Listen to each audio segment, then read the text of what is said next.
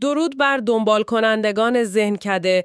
امروز میخوایم بریم سراغ یکی از داغ‌ترین بحث‌های دنیای امروز، هوش مصنوعی. ولی نه از اون بحث‌های کلیشه‌ای. قراره با هم یه شیرجه عمیق بزنیم به دل این فناوری و ببینیم این مدل‌ها واقعاً چطوری فکر میکنن. دقیقاً میخوایم بفهمیم پشت این کلمه یادگیری واقعاً چه خبره. بله، بر اساس منابعی که در اختیار داریم میخوایم این جعبه سیاه رو برای شما باز کنیم و ببینیم تو مغز این ماشینا چی میگذره. این بررسی برای شماست که دوست دارید بدونید قضیه فراتر از چند تا کلمه پرطمطراقه. خب برای شروع فکر کنم بهتره یکم از این سردرگمی در بیایم. مدام میشنویم هوش مصنوعی، یادگیری ماشین، یادگیری عمیق. آره. اینا انگار همش یه چیزن ولی نیستن. انگار یه رابطه پله‌ای با هم دارن. بهترین نقطه برای شروع همینه. اینها مثل عروسک‌های ماتریشکای روسی تو دل همدیگه قرار گرفتن. هوش مصنوعی یا AI اون بزرگترین عروسکه، یعنی چتر اصلی. ایده خیلی بزرگیه، اینکه ماشین‌ها بتونن کارهایی رو انجام بدن که به هوش انسانی نیاز داره. این ایده که خیلی قدیمیه، درسته؟ از دهه 50 میلادی. آره خیلی. ولی اون موقع مدل‌ها خیلی ساده بودن. در واقع سیستم‌های مبتنی بر قانون بودن. یعنی چی مبتنی بر قانون؟ یعنی یه سری اگر آنگاه بودن؟ دقیقاً. انگار یک کتاب قانون خیلی قطور به ماشین میدادی و میگشتی فقط طبق این عمل کن. مثلا برای یه بازی شطرنج هزاران قانون رو برنامه نویسا دستی وارد میکردن. اگر حریف این مهره رو حرکت داد تو این کار رو بکن. پس این سیستم ها فقط اجرا کننده بودن، چیزی یاد نمی گرفتن. دقیقاً. هوشمند به نظر میرسیدن ولی در واقع هیچ خلاقیتی نداشتن. هوششون کاملاً به هوش اون برنامه نویس محدود بود. پس اینجاست که اون عروسک بعدی، یعنی یادگیری ماشین یا ML، وارد بازی میشه تا این محدودیت رو ببره. درسته. یادگیری ماشین میگه به جای اینکه ما به ماشین ماهی بدیم، بهش ماهیگیری یاد بدیم. به جای کدنویسی صریح قوانین، ما حجم عظیمی از داده رو به الگوریتم میدیم و اون خودش الگوها رو کشف میکنه. آها، یعنی دیگه لازم نیست بهش بگیم یه ایمیل اسپم چه ویژگیایی داره. دقیقاً. هزاران ایمیل اسپم و غیر اسپم بهش نشون میدیم و اون خودش یاد میگیره که مثلا وجود کلمه برنده شدید احتمال اسپم بودن رو بالا میبره. و میرسیم به کوچکترین و شاید قدرتمندترین عروسک، یادگیری عمیق یا DL، که تقریباً تمام چیزهای هیجان انگیزی که این روزا میشنویم از همین میاد. کاملا. یادگیری عمیق موتور جت یادگیری ماشینه. این حوزه از ساختارهایی به اسم شبکه‌های عصبی مصنوعی استفاده میکنه که لایه‌های خیلی زیادی دارن. برای همین بهش میگن عمیق. درسته. و تفاوت اصلی و انقلابیش اینه که میتونه مستقیم با داده‌های خام و به هم ریخته کار کنه. مثلا یه عکس یا یه فایل صوتی. یعنی دیگه نیازی به اون مرحله آماده سازی اولیه داده ها نداره؟ تا حد زیادی نه. مدل‌های قدیمی‌تر یادگیری ماشین نیاز داشتن یه متخصص اول بیاد ویژگی‌های مهم داده رو دستی استخراج کنه. مثلا بگه فاصله چشما یا رنگ پوست توی عکس مهمه. ولی یادگیری عمیق خودش این ویژگی‌ها رو از لبه‌های ساده گرفته تا شکل چشم و بینی به صورت خودکار یاد میگیره. خیلی خوب، پس این مدل ها از داده یاد میگیرن. ولی این یاد گرفتن چند مدل داره؟ انگار روش‌های تدریس مختلفی برای این دانش آموزای دیجیتال وجود داره. بله، 3 تا سبک اصلی تدریس داریم. اولی و معروف‌ترینشون یادگیری با نظارت هست. یعنی یه معلم بالا سرشونه. دقیقاً. اینجا مدل یه معلم خصوصی داره. ما بهش داده‌های برچسب دار میدیم. یعنی چی؟ یعنی مثلا هزاران عکس گربه بهش نشون میدیم و زیر هر کدوم مینویسیم این گربه است. بعدم همینطور برای سگ. هزاران عکس سگ و زیرشون مینویسیم این سگ است. پس مدل یاد میگیره که چه ویژگی‌هایی در عکس اون رو به برچسب گربه مرتبط میکنه. هدف اینه که بعداً یه عکس جدید که تا حالا ندیده رو بهش بدیم و خودش بتونه درست حدس بزنه. دقیقاً.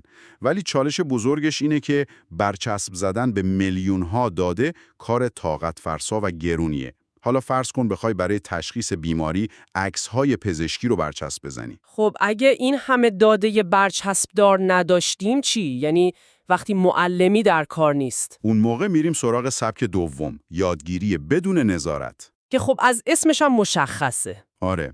اینجا هیچ برچسبی وجود نداره. مدل رو به خودش رها می‌کنیم با یه عالمه داده خام و ازش می‌خوایم خودش ساختارها و الگوهای پنهان رو پیدا کنه. انگار یه جعبه پر از جوراب‌های رنگارنگ رو بدی دستش و بگی خودت جفتا رو پیدا کن. چه مثال خوبی. یعنی مثلا یه فروشگاه آنلاین میتونه داده‌های خرید مشتریاش رو به مدل بده و مدل خودش مشتری‌ها رو دسته‌بندی کنه؟ دقیقاً. مشتری‌ها رو به دسته‌های مختلفی مثل شکارچیان تخفیف، خریداران آخر هفته یا مشتریان وفادار تقسیم میکنه بدون اینکه از قبل این دسته‌ها بهش گفته شده باشه. و سبک سوم که به نظرم خیلی فرق داره و شبیه روش یادگیری ما انسان‌ها یا حیواناته، یادگیری تقویتی هست. آره، این یکی خیلی جذابه. اینجا مدل از طریق آزمون و خطا توی یک محیط یاد میگیره. یه عامل یا ایجنت داریم که توی یه محیط مجازی یا واقعی قرار میگیره و برای کارهاش بازخورد میگیره. درسته. برای کارهای درست پاداش میگیره و برای کارهای غلط تنبیه میشه. هدفش هم اینه که در طول زمان مجموع پاداشهاش رو به حد اکثر برسونه. مثل همون هوش‌های مصنوعی که بازی میکنن. دقیقاً. تمام هوش‌های مصنوعی که بازی‌های ویدیویی مثل دوتا 2 یا گو رو در سطح قهرمانی جهان بازی میکنن با همین روش یاد گرفتن. اونا میلیون‌ها بار بازی کردن، باختن، بردن و از بازخوردهاشون یاد گرفتن تا به استراتژی‌های بهینه برسن. خب پس روش‌های تدریس رو فهمیدیم. حالا وقتشه مغز این دانش آموز یعنی شبکه عصبی رو کالبوت‌شکافی کنیم. اینا دقیقاً از چی ساخته شدن؟ شبکه‌های عصبی از مغز خودمون الهام گرفته شدن. ساختارشون از لایه‌هایی تشکیل شده که تو هر لایه گره‌هایی به اسم نورون وجود داره. یه لایه ورودی داریم که داده‌ها رو میگیره، چند تا لایه پنهان وسط که محاسبات اصلی اونجا انجام میشه و یه لایه خروجی که جواب نهایی رو به ما میده. و این نورون‌ها به هم وصلن. قدرت این اتصالات همون چیزیه که مدل در طول آموزش یاد میگیره، درسته؟ یعنی همون پارامترها. دقیقاً. پارامترها دانش مدل هستن. دو نوع اصلی دارن. وزنها که قدرت اتصال بین دو نورون رو مشخص میکنن و بایاسها که مثل یه اهرم کوچیک عمل میکنن و به مدل انعطاف بیشتری میدن. ولی یه مفهوم دیگه هم هست که خیلی قاطی میکنن.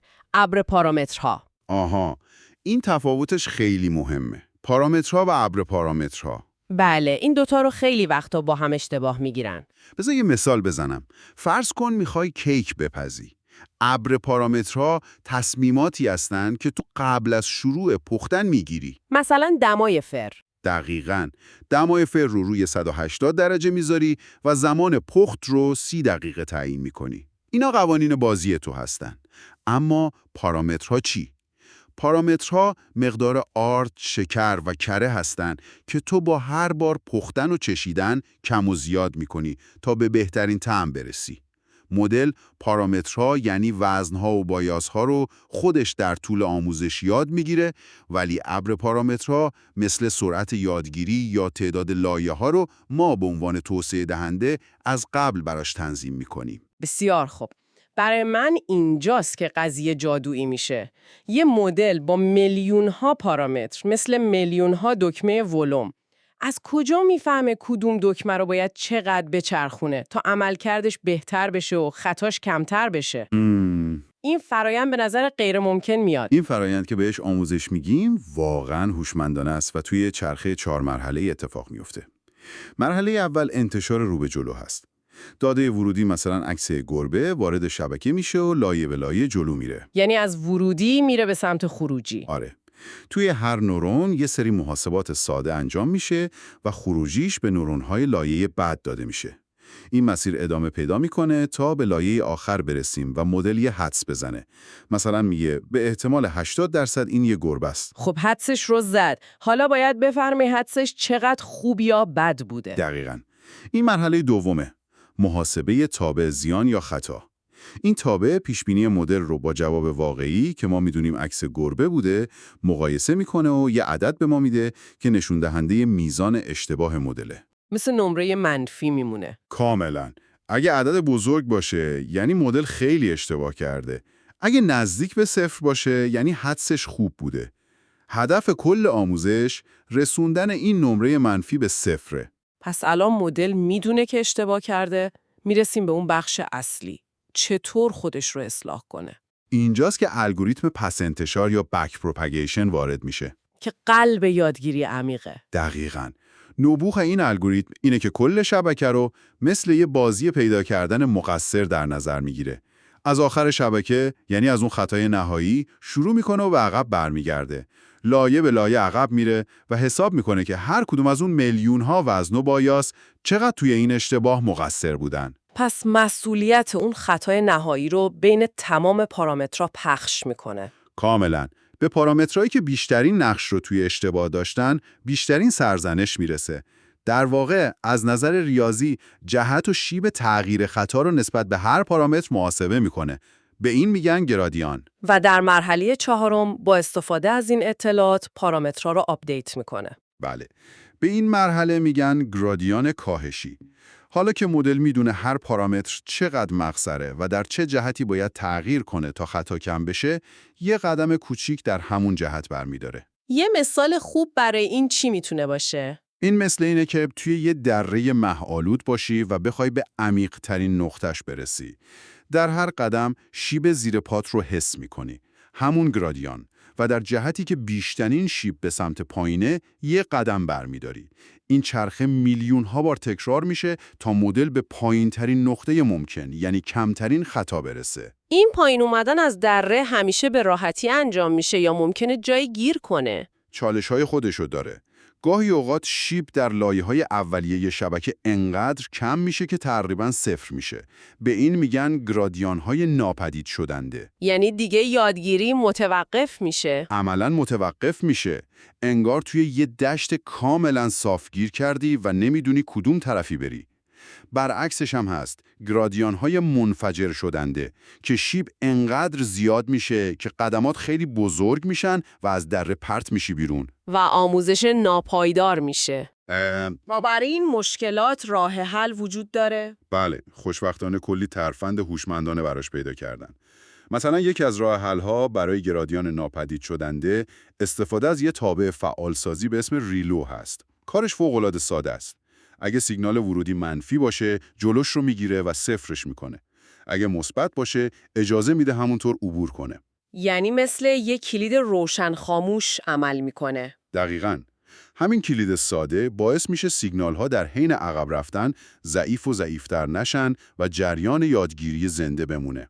تا اینجا کلیت کار دستمون اومد. ولی میدونیم که برای کارهای مختلف معماری‌های متفاوتی وجود داره. مثلا چرا برای کار با عکس یه شبکه عصبی معمولی کافی نیست و همه از چیزی به اسم CNN یا شبکه عصبی کانولوشنی حرف میزنن؟ سوال خیلی خوبیه. یه شبکه معمولی هم میتونه به عکس نگاه کنه، ولی به شکل وحشتناکی ناکارآمده. چرا؟ چون سعی میکنه هر پیکسل از عکس رو به تمام نورون‌های لایه بعد وصل کنه. برای یه عکس معمولی این یعنی میلیاردها پارامتر که آموزششون تقریباً غیر ممکنه. CNN ها از سیستم بینایی خود ما الهام گرفتن و خیلی هوشمندانه‌تر عمل میکنن. به جای نگاه کردن به کل عکس به صورت یکجا، از فیلترهای کوچیک استفاده میکنن. این فیلترها چی هستن؟ مثل کارآگاه‌های کوچیک عمل میکنن؟ دقیقاً. هر فیلتر یه متخصص کوچیکه که فقط دنبال یه چیز خاص توی عکس میگرده. مثلا یه فیلتر متخصص پیدا کردن لبه‌های عمودیه، یکی دیگه متخصص پیدا کردن لبه‌های افقی، یکی دیگه متخصص پیدا کردن رنگ سبزه. و این فیلترها روی عکس حرکت میکنن؟ آره، روی کل عکس حرکت میکنن و هر جا اون ویژگی مورد نظرشون رو پیدا کنن، یه سیگنال قوی میفرستن. نتیجه کارشون میشه یه نقشه ویژگی که نشون میده مثلا لبه‌های عمودی کجای عکس قرار دارن. پس یعنی لایه‌های اول فقط چیزهای خیلی ساده مثل خط و رنگ رو یاد میگیرن؟ درسته. بعد لایه‌های بعدی این نقشه‌های ویژگی ساده رو میگیرن و باهاشون ویژگی‌های پیچیده‌تر میسازن. مثلا چی؟ مثلا با ترکیب چند تا لبه، یه گوشه یا یه دایره رو تشخیص میدن. لایه‌های بالاتر با ترکیب دایره‌ها و خطوط، چشم یا چرخ ماشین رو تشخیص میدن. این یه فرایند سلسله مراتبیه برای یادگیریه، درست مثل مغز ما. این روش چه مزیتایی داره؟ 2 تا مزیت بزرگ داره. یکی اشتراک پارامتر، چون یه فیلتر لب یاب در کل عکس استفاده میشه و یکی اتصال محلی، چون هر نورون فقط به یه تیکه کوچیک از عکس نگاه میکنه. و بعد از اینکه این همه ویژگی استخراج شد، یه لایه دیگه هم به اسم ادغام یا پولینگ وجود داره. کار اون چیه؟ لایه پولینگ کارش خلاصه سازیه. برای اینکه مدل درگیر جزئیات بی اهمیت نشه، این لایه‌ها ابعاد نقشه‌های ویژگی رو کم میکنن. مثلا یه نوع معروفش به اسم مکس پولینگ یه پنجره کوچیک رو روی نقشه حرکت میده و فقط قوی‌ترین سیگنال رو از اون ناحیه نگه میداره و بقیه رو حذف میکنه. که این باعث میشه مدل نسبت به جابجایی‌های کوچیک مقاوم بشه. دقیقاً. دیگه براش مهم نیست چشم گربه دقیقاً اینجاست یا 2 پیکسل اون طرفتر. اصل مطلب اینه که چشم در این ناحیه وجود داره. در نهایت این ویژگی‌های سطح بالا مثل چشم، گوش و پوزه به چند لایه آخر که شبیه شبکه‌های عصبی معمولی هستن داده میشه تا تصمیم نهایی رو بگیرن. و بگن بله با احتمال 98% این یک گربه است. دقیقاً. فوق‌العاده است. خب، حالا مدل با این همه پیچیدگی آموزش دید. چطوری در عمل ازش استفاده می‌کنیم؟ یعنی وقتی من با گوشیم از چهرم برای باز کردن قفل استفاده می‌کنم، همه این مراحل دوباره اتفاق میفته؟ نه، اینجا وارد فاز دوم یعنی استنتاج یا اینفرنس میشیم. که با آموزش فرق داره. خیلی فرق داره. آموزش فرایند خیلی سنگین و زمانبره که ممکنه روزها یا هفته‌ها روی کامپیوترهای قدرتمند طول بکشه. اما وقتی آموزش تموم شد، مدل دیگه یاد نمیگیره. وزنها و بایاس‌های ثابت میشن. فاز استنتاج همون استفاده عملی از مدل آموزش دیده است. پس هر بار که گوشی من چهرم رو تشخیص میده، داره استنتاج انجام میده. این فرایند باید خیلی سریع باشه. بله، فوق‌العاده سریع. استنتاج در واقع فقط یه بار انجام دادن همون مرحله انتشار رو به جلو هست. یعنی دیگه خبری از پس انتشار رو آپدیت کردن نیست. اصلاً. عکس چهره شما وارد میشه، از تمام لایه‌ها با پارامترهای ثابت عبور میکنه و خروجی در کسری از ثانیه تولید میشه. برای همین اولویت‌ها عوض میشه. در آموزش دقت حرف اول رو میزنه، ولی در استنتاج سرعت، بهینگی و هزینه محاسباتی پایین اهمیت پیدا میکنن. تا بشه روی میلیاردها گوشی موبایل اجراش کرد. دقیقاً. پس اگه بخوایم جمع‌بندی کنیم، ما از تفاوت بین هوش مصنوعی، یادگیری ماشین و یادگیری عمیق شروع کردیم، دیدیم که مدل‌ها با نظارت، بدون نظارت یا به صورت تقویتی آموزش می‌بینن. بعدش رفتیم تو دل یه شبکه عصبی و اون چرخه جادویی یادگیری با پس انتشار رو کالبد شکافی کردیم. با معماری هوشمندانه CNN برای دیدن دنیا آشنا شدیم و در آخر فهمیدیم که چطور یه مدل آموزش دیده در فاز استنتاج به سرعت برای ما کار میکنه. و شاید یه سوال برای فکر کردن باقی بمونه. بفرمایید. این مدل‌های غول پیکر با میلیاردها پارامتر گاهی تصمیماتی میگیرن که برای ما انسان‌ها قابل درک نیست.